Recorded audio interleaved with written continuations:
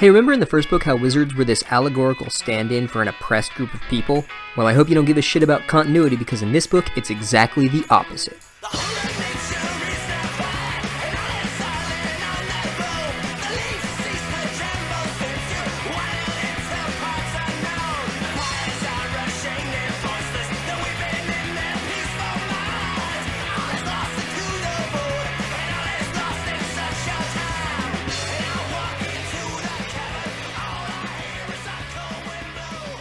Alright, Chapter 7 is called Mudbloods and Murmurs. This chapter sounds like the name of, like, a really terrible hip-hop album by, like, DMX or something. Or, like, one of those Nas albums that isn't good. Like, okay, so let's talk about Nas albums for a second, because that's what we do on the Darin Tries to Understand Harry Potter podcast. We talk about rappers from the 90s, as the name would imply. So obviously Illmatic is a classic, right? No one denies that. Even when Jay-Z was beefing with Nas, he was like, yeah, okay, that one is good as hell. The rest of them are crap, but that one's really good. Which, side note, is a good technique if you're arguing with someone. It establishes trust. If Jay-Z had been like, Illmatic is overrated or something, people would be like, wow, that's wrong. I don't want to listen to anything else this guy has to say. So instead, he's like, hey, Illmatic is a classic, but everything else you've done is terrible. And then people are like, yeah, maybe that's a little true. But here's the thing. Nas's next album was written and, well, first of all, I mean, you're just not going to live up to the hype of Illmatic.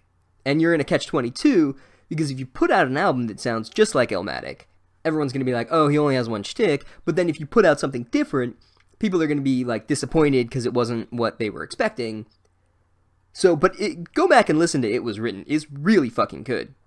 The real problem is that he then had, like, two just, like, bad albums after that. And so then Jay-Z could lump It Was Written in with those bad ones and then have that line about a one hot album every 10-year average. So, like, well, first of all, Jay-Z, 6 years, not 10, okay, buddy? And then it was two hot albums every 6 years, which is, you know, an album every 3 years, which is pretty fucking good. So, Mud, Bloods, and Murmurs. The chapter opens with Harry having a stan, for lack of a better word. That dude Colin Creevy. More like Colin Creepy, am I right? She meant to do that? Okay. So he's, like, stalking Harry Potter. And I'm not sure how the author is trying to get us to feel about this. Like, is it supposed to be, like, funny or scary or weird or off-putting? And then you find out quickly that it's really just a expositional contrivance. At least for now. So, and then we also find out that Ron's wand is still dysfunctional, and it, like, hits Professor Flitwick in the face, and it creates this big green boil for some reason. Is there not a single wizard at this fucking wizard institution that can fix this thing? Harry breaks his glasses, and some, like, average wizard is just like, oh, here, poof, fixed. But apparently there's no hope for Ron's wand. And so then Harry is sleeping, and this dude wakes him up and is like, it's time for Quidditch practice at 5 in the morning for some reason. And if you recall, Quidditch is that nonsensical game which sounds like it was made up by someone who, like, heard about the concept of a sport one time and then decided to make up their own. And so on his way to Quidditch practice, he runs into that Stan kid. And Stan is, like, the most annoying kid ever. He's worse than Bossy Girl. He's worse than the weird sad kid who lost his toad. He's even worse than Crappy Dracula kid. So I imagine that this gives us some insight into how J.K. Rowling views Harry Potter fans. So Stan is like, Harry Potter, can I have your autograph? I just love your work against that Voldemort. How you don't die every time you see him. Classic. Huge fan. I've read all the books, seen all the movies. I even went to that Universal Studios theme park one time.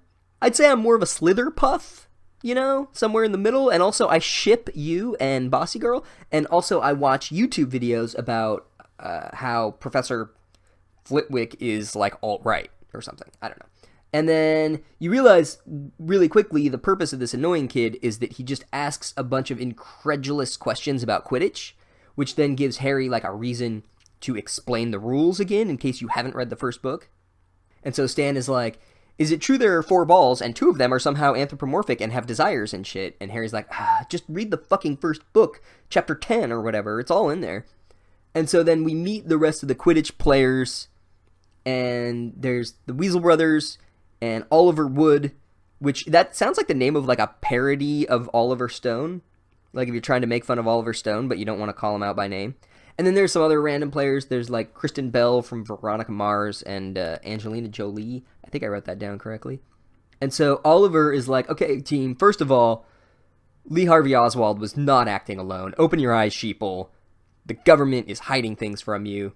Second, I am implementing a new training program for Quidditch that will make all the difference. He actually says it will make all the difference. But like, hey, I read the first book. They won all their games because fucking Harry Potter just immediately caught the snitch every time. It was the fucking dumbest shit ever. He should be like, hey team, none of us need to do jack shit because Harry Potter is going to catch the snitch every time, and that's the only part of the game that even matters. So then the book reminds us that despite winning all their games, they didn't win the trophy because they had to forfeit their last game because Harry Potter was unconscious. And in this idiotic universe, when one of your players can't play a game, you know, something that happens literally every day in real sports, you forfeit and lose. So Oliver Stone's game plan should be to have everyone just making sure Harry Potter remains conscious and healthy. And so then they practice, and that dumb stalker kid is taking pictures, and everyone is like, who is that weirdo? And Harry's like, beats me. Even though he does know how to do that. He can lie about this. He can't lie about, he can't lie to that slave elf guy about, like, not going to Hogwarts. Remember that? I remember that. It was dumb as hell. And so then all these Slytherin dorks come onto the field, and Oliver Stone is like, but we booked this field for our practice today. What's going on? And the Slytherin dorks are like, well, too bad, because we have a note from Snape, who has never shown any sort of bias to Slytherin, and it says that we can be on this field, so fuck off with your I booked this shit first bullshit. We have priority because we need to train our new Seeker. And everyone is like, you have a new Seeker? And then they're like, yes, you know Luscious Dracula Man. Well, his son, Crappy Dracula Kid, is our new Seeker. And he's probably going to be good, but my guess is not as good as Harry Potter. And so then it turns out that Luscious Dracula Man bought fancy new broomsticks for all of Slytherin. He's one of those guys. He's like that shitty, like, real estate developer, Little League dad, you know? One of those guys.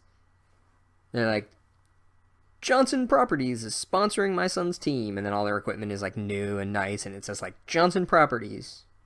We keep it real. Estate. Or something dumb. And then Ron and Bossy Girl come over, and shitty diss alert. Here comes a shitty diss from Crappy Dracula Kid, king of the shitty disses. He says, I bet you could raise money for new fancy broomsticks, if you want new fancy broomsticks, by selling your old broomsticks. I bet a museum would bid on them. And everyone's like, burn. That's a burn. And then Bossy Girl is like, well, at least Gryffindor didn't have to buy their way into this sport. They all got in on pure talent. And everyone's like, you're not even on the team. What are you doing? And then that's a weird comeback, because it's like, they didn't use their unearned economic privilege like you did. They used their unearned genetic privilege. Recall that Harry Potter had never even heard of Quidditch, but he instantly became the best player at the school because he was like a natural. And so basically, they're all just arguing over shit that none of them have any control over. I guess innate talent is supposed to be more respectable. Like, that's supposed to be like a more respectable bit of luck than family wealth. Which is really weird worldview to be teaching kids, to be honest with you. Like, obviously, I agree that you shouldn't really take any pride in coming from wealth. And in fact, if anything, you should be embarrassed. But you should also not take any pride in something that you're just innately good at prior to any work or training. Like, you should maybe appreciate that about yourself and work to develop it so you can use it to the best of your ability. But that's true of family wealth, too. So I don't understand the dichotomy that this book is trying to shove down our throat here between being a natural at something and having wealth. Because those things are both totally out of your control. And then Crappy Dracula Kid gets really mad at Bossy Girl, and he's like, no one asked you, you filthy mudblood. And this is basically like a racial slur. So everyone gets upset, and Ron tries to like shoot crappy Dracula kid with his wand, but the wand is broken, and so he shoots himself in the stomach, and everyone's like, oh no, Ron, are you okay? And then he fucking tries to speak, and instead he belches and slugs come out of his mouth. That's gross as fuck. What the hell am I reading? And then the Slytherin team thinks this is just hysterical. Because it's a whole house of sociopaths, remember? It's like the dude is coughing up slugs, which should elicit one of two responses. One, abject terror, and two, absolute disgust. But no, these Slytherin motherfuckers, they just yuck it up. And then the book describes them as being paralyzed with laughter. Which, like, that's not what laughter does. Laughter makes you shake uncontrollably, which is literally the opposite of paralysis. You could be paralyzed with fear. And then Ron just keeps, like, throwing up slugs. And so they have to take him to Hagrid, the groundskeeper, because that's who you seek out in an emergency, not the school nurse or whoever. And then the stalker kid is like, what happened? What's the scoop? And Ron is still just vomiting up slugs, just constantly vomiting up slugs. And the stalker kid's, like, taking pictures and shit. And so they take him to Hagrid's, but Sue Grafton is there. And he's saying some weird cryptic shit to Hagrid. And so, in order to not be seen by Sue Grafton, they hide in the bushes. You know, because this isn't an emergency or anything. Just throwing up slugs.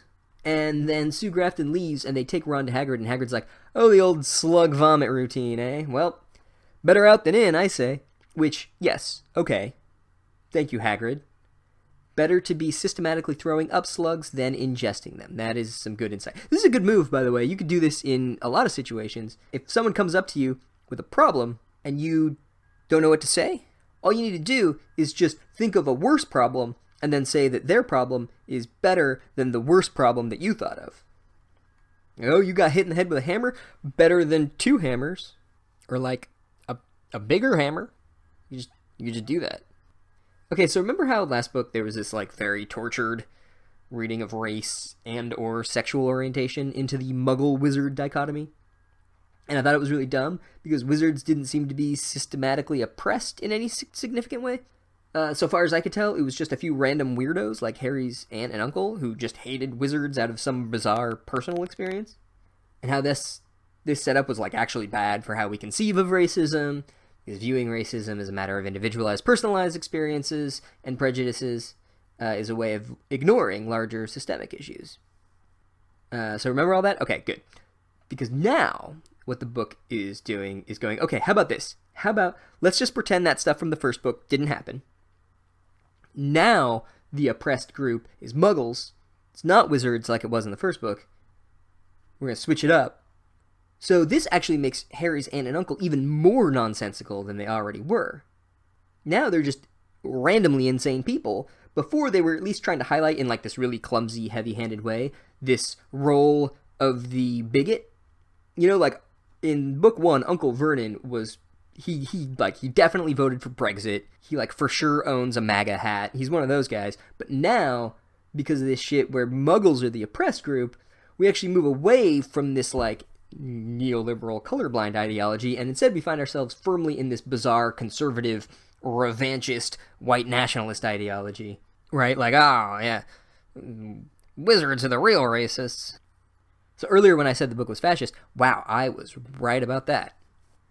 I didn't even know how right I was. But I think what the book's doing, it's trying to set up this sort of double worldview. It obviously, like, it wants to have its cake and eat it too, because it doesn't want to actually say anything significant about actually existing racial hierarchies. It just wants to, it's doing that, like, To Kill a Mockingbird thing, where it's just like, well, as long as we all just get together and, you know, love each other, everything will be fine. So we have the muggle world, where wizards are the oppressed group, and then we have the wizard world, where muggles are the oppressed group. Isn't that convenient? So there isn't any sort of historical analysis of the way in which these two separate groups have come to become antagonistic towards each other, the way you might do if you were actually trying to say something intelligent about the construction of racism in contemporary Western society. So, fine. Not how actual racism works. We have, you know, a history of Western imperial domination that just doesn't allow for this sort of nice, pat, easy to understand view of racism that this book is presenting to us, but it's a fantasy book. And in this fantasy book, an oppressed group of people with special powers can create their own society where they then recreate those same systems of oppression but in reverse. Okay, fine.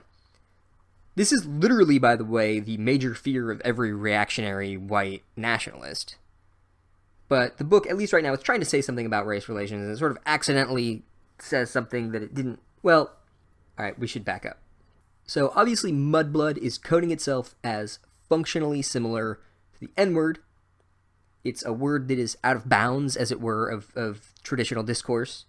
And I think that this is important. We need to come back to this idea, though, because I need to explain something that happens right after this. And this is when Ron moves on to saying, basically, hey, we're all mixed blood.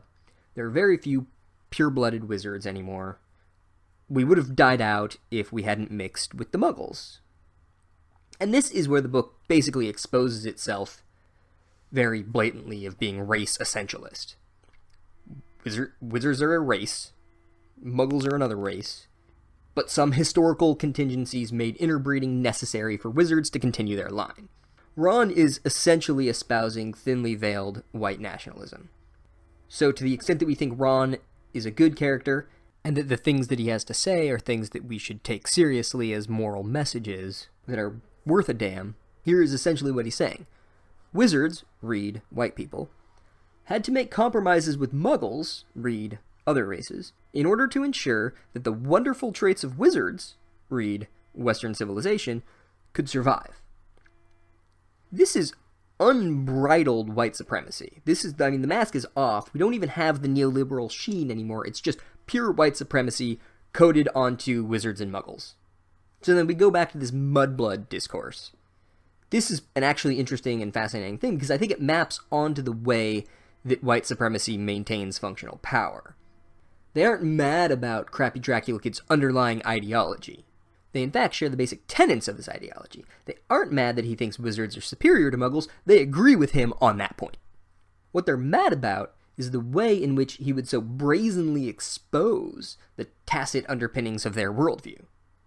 That he would break the discourse, that he would puncture the civilized norms, which to the neoliberal worldview is far worse than the damage caused by the underlying ideology.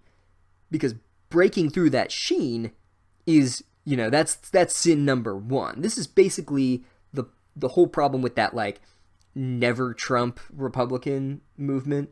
A lot of their objections to the Trump administration boil down to, I don't like the boorish, uncivilized way in which he shouts things that we would prefer he whisper. So you have these hashtag never Trump people who are totally cool with extrajudicial torture, upward distribution of wealth, escalating pointless wars, draconian immigration policies, denying access to healthcare, slashing the social safety net, immiserating the lives of millions of people, as long as you do it politely. So Ron and the gang, their problem with Crappy Dracula Kid isn't that he's a wizard supremacist, they all are. It's that he's crude about it. So going back to the title of the episode, Mudbloods and Murmurs, it's accidentally this sort of perfect title because Ron and Hagrid's big complaint is that Crappy Dracula shouted his wizard supremacy rather than murmur it like a respectable wizard would. But, and this is where we need to talk about sort of, hermeneutics and the way that we interpret texts and art. Obviously, a text can mean several different things, have several different interpretations, and to me, the interpretation that you should go with is the one that is best, right? So to me, it's kind of shitty to interpret something negatively and then be like, I don't like that, because what you're doing is you're just rejecting your own negative interpretation. So you give it the best interpretation possible, and then if you don't like that, then it's fine to reject it. But so here, the best interpretation of this, to me, to my mind, is Ron, as he is spouting this sort of very wizard nationalist ideology, he's also literally vomiting up slugs. So I think that that's the radical reading of the book here, is that Ron's words are in fact being indicted by the action of vomiting up the disgusting slugs. He's spewing disgusting shit literally and metaphorically. So I think that's pretty cool. So, Harry goes to detention after this? I don't know how to transition out of that energy. Harry goes to detention. Turns out he has to help Sue Grafton read fan mail. And while he's there, he hears this weird voice saying, "Come to me, let me rip you, let me kill you." And Sue Grafton's like, "I don't hear anything." And Harry's like, "Really? You don't hear the faint sound of Voldemort in the distance?" And Sue Grafton's like, "Nope." And then Harry leaves and he tells Ron, and Ron's like, "That's weird." And Harry's like, "Sure is." And that is the end of that chapter. And also the end of this episode.